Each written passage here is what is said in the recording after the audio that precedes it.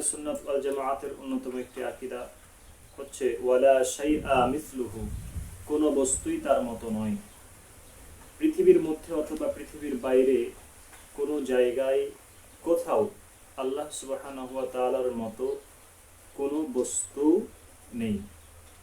এক্ষেত্রে দুটি আপত্তি উঠতে পারে। প্রথম আপত্তি, কোরআনে কারিমে আল্লাহর উপমা বর্ণনা করতে নিষেধ করা হয়েছে। ইরশাদ হয়েছে ফালা তাদরিবু লিল্লাহিল আমসাল, তোমরা আল্লাহর জন্য কোনো উপমা নির্ধারণ করো না। অথচ কোরআনের অপর স্থানে বলা হয়েছে আল্লাহু নূরুস সামাওয়াতি ওয়াল আরদি মাসালু নূরিহি কামিশকাতিন ফিহা মিসবাহুন, আল্লাহ আসমান সমূহ ও জমিনের নূর, তার নূরের দৃষ্টান্ত হলো এমন যেমন একটি দীপাধার যাতে রয়েছে একটি প্রদীপ। এখানে দেখা যাচ্ছে ব্যাখ্যাত উভয় আয়াতের মধ্যে বৈপরীত্য রয়েছে। দ্বিতীয় আপত্তি হলো আহলে সুন্নাত ওয়াল জামাআতের আকীদা হলো আল্লাহর অনুরূপ কোনো বস্তু নেই, অর্থাৎ আল্লাহর কোনো উপমা নেই। অথচ উল্লিখিত আয়াতে আল্লাহ তাআলার নূরের উপমা দেওয়া হয়েছে স্বয়ং কোরআনে। সুতরাং বোঝা যাচ্ছে আল্লাহর উপমা রয়েছে। প্রথম আপত্তির উত্তর হচ্ছে কোরআন মাজিদের যে আয়াতে বলা হচ্ছে যে আল্লাহর কোনো উপমা নির্ধারণ করো না, এর অর্থ হলো আল্লাহর জন্য মন্দ উপমা বলো না। যেমন মুশরিকরা তাদের স্বহস্তে তৈরি উপাস্যদের উপাসনার বৈধতার জন্য প্রমাণ হিসাবে এই কথা বলে, মা না'বুদুহুম ইল্লা লিকাররিবুনা ইলাল্লাহি যুলফা,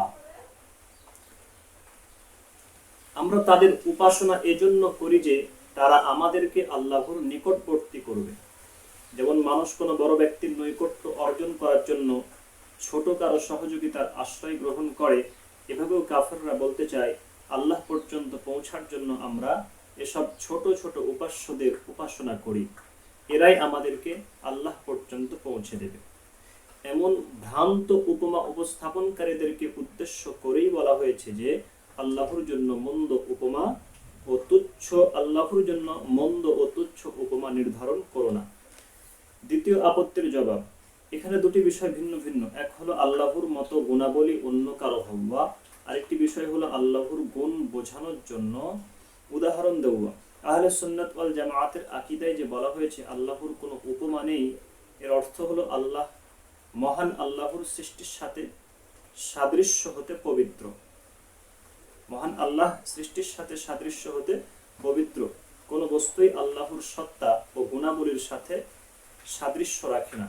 পক্ষান্তরে কোরআন কারিমের উপর্যুক্ত আয়াতে যে উপমা দেওয়া হয়েছে যে আল্লাহ তাআলার নূর দীপাধারে স্থাপিত প্রদীপের আলোর মতো, এর মানে এই নয় যে বাস্তবেই আল্লাহ তাআলার নূর কোনো দীপাধারে রাখা প্রদীপের আলোর মতো, বরং বিষয়টাকে শুধু বোধগম্য করার জন্য এই উদাহরণ দেওয়া হয়েছে। সুতরাং বোঝা গেল কোনো বস্তু আল্লাহর গুণ সদৃশ্য হওয়া এক বিষয়, আর আল্লাহর নূরকে বোঝাতে উদাহরণ দেওয়া ভিন্ন বিষয়। এ দুইয়ের মাঝে আসলে কোনো বৈপরীত্য নেই। হযরত হাকিমুল উম্মত আশরাফ আলী থানভী রাহমাতুল্লাহ আলাইহি এর একটি বক্তব্য বিষয়টি বোঝার জন্য অত্যন্ত উপকারী যে আল্লাহ তাআলার মতো কিছু নেই, তবে তার সত্তাকে বোঝানোর জন্য উদাহরণ দেওয়া যেতে পারে। তিনি বলেন, যেমন ধরুন আঠা দিয়ে দুটি কাগজ পরস্পর যুক্ত করা হয়েছে। এখানে কাগজের টুকরো দুটি পরস্পর ততটা কাছাকাছি নয় যতটা মাঝখানে থাকা আঠা উভয়ের কাছাকাছি। বাম দিকের কাগজের তুলনায় ডান দিকের কাগজের নিকটবর্তী হলো আঠা, আবার ডান দিকের কাগজের তুলনায় বাম দিকের কাগজের নিকটবর্তী হলো সে আঠা। আল্লাহ তাআলা সমস্ত তুলনা থেকে পবিত্র, কিন্তু আল্লাহর সত্তাকে আপনাদের কাছে স্পষ্ট করব কিভাবে?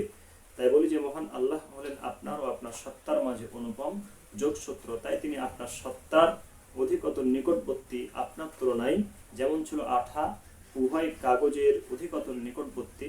এটি খুবই স্পষ্ট কথা, প্রশ্ন বা আপত্তির কোনো অবকাশ এতে নেই।